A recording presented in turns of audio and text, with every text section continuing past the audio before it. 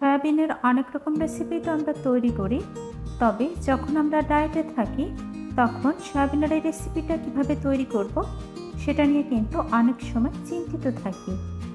আজ আমি নিয়ে এসেছি সয়াবিনের ডায়েট রেসিপি। আসসালামু আলাইকুম, I am chef Sumaiya. Welcome to রানাসা শম্পা কুকিং রেসিপি। এই সয়াবিনটা আমি কিভাবে আজকে ডায়েট রেসিপি হিসাবে তৈরি করব সেটা এখন আপনারা দেখতে থাকুন। এখানে আমি কিছু সয়াবিন নিয়ে নিয়েছি।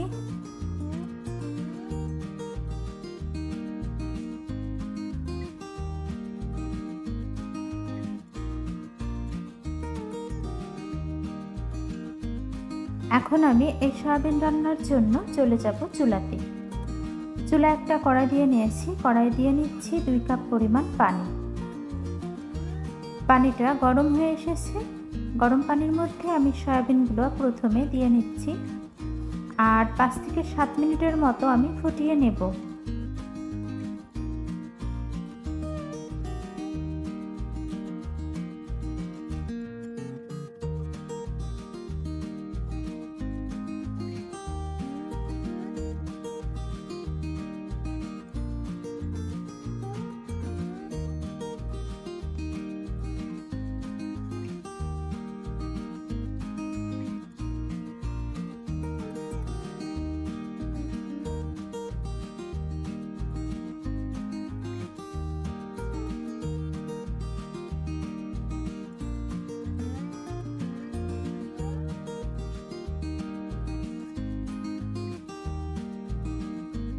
সাত মিনিট ফুটিয়ে নেওয়ার পর আমি এখন চুলাটা অফ করে দেব।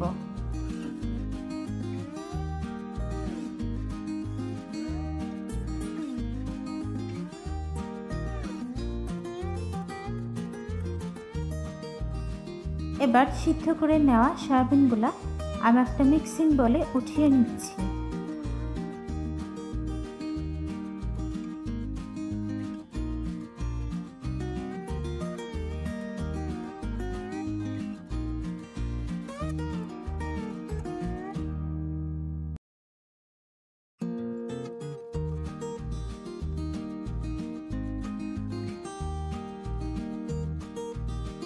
সিদ্ধ করে নেওয়া সয়াবিনের মধ্যে আমি কিছুটা নর্মাল টেম্পারেচারের পানি দিয়ে নিলাম।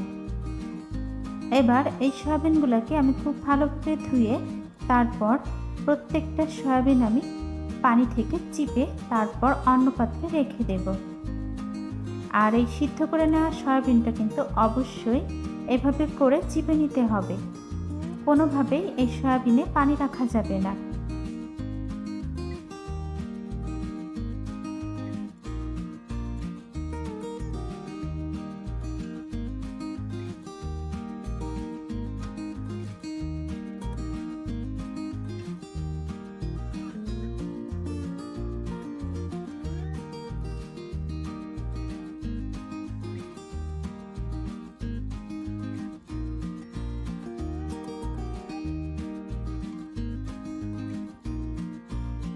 সবগুলা সয়াবিন আমি পানি থেকে এভাবে চিপে নিয়েছি,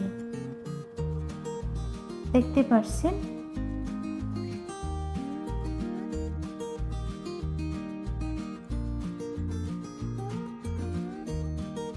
রান্নার জন্য আমি আবারও চলে আসলাম চুলাতে।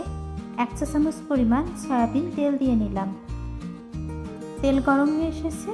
গরম তেলে এখন আমি এই সয়াবিনগুলোকে ভেজে নেব 3 থেকে 4 মিনিটের মতো।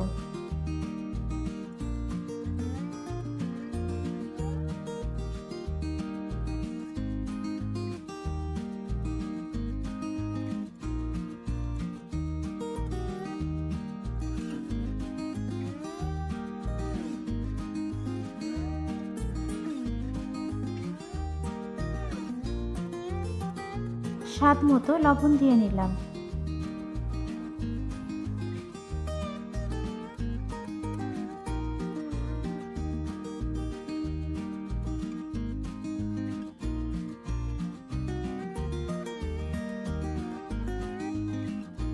সয়াবিনগুলা ভেজে নেওয়া হয়ে গেছে।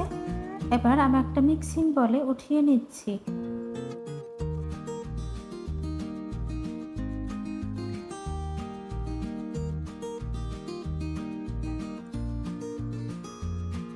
এবারও আমি গরম কড়াইয়ে 1 চা চামচের পরিমাণ সয়াবিন তেল দিয়ে নিলাম। এর মধ্যে দিয়ে নিচ্ছি বড় একটা পেঁয়াজ কুচি। পেঁয়াজ কুচিটাকে আমি 1 মিনিটের মতো একটু ভেজে নিচ্ছি।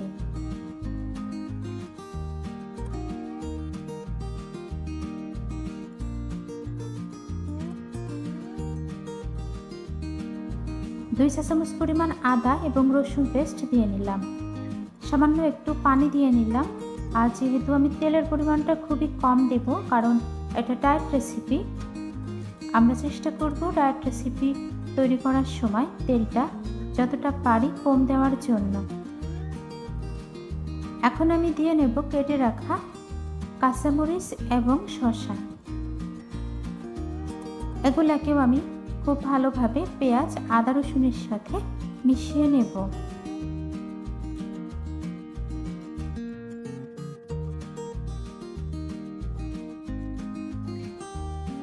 3 থেকে 4 টেবিল চামচের মতো টক দই দিয়ে নিলাম। টক দইটাকেও আমি খুব ভালোভাবে 2 মিনিটের মতো একটু এই উপকরণগুলোর সাথে কষিয়ে নেব। দিয়ে নিচ্ছি স্বাদ মতো লবণ।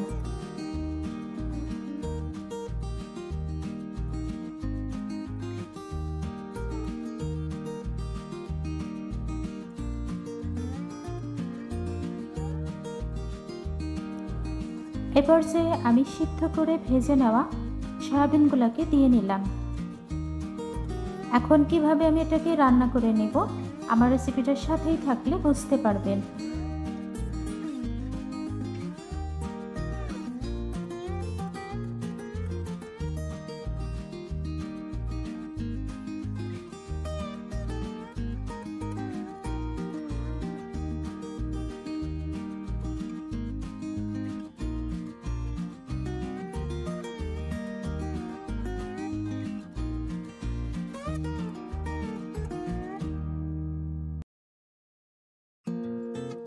এমনভাবে এই সয়াবিনটা রান্না করতে হবে যেন কোনো রকম এটাতে পানি না থাকে, একদমই কিন্তু শুকিয়ে গিয়েছে।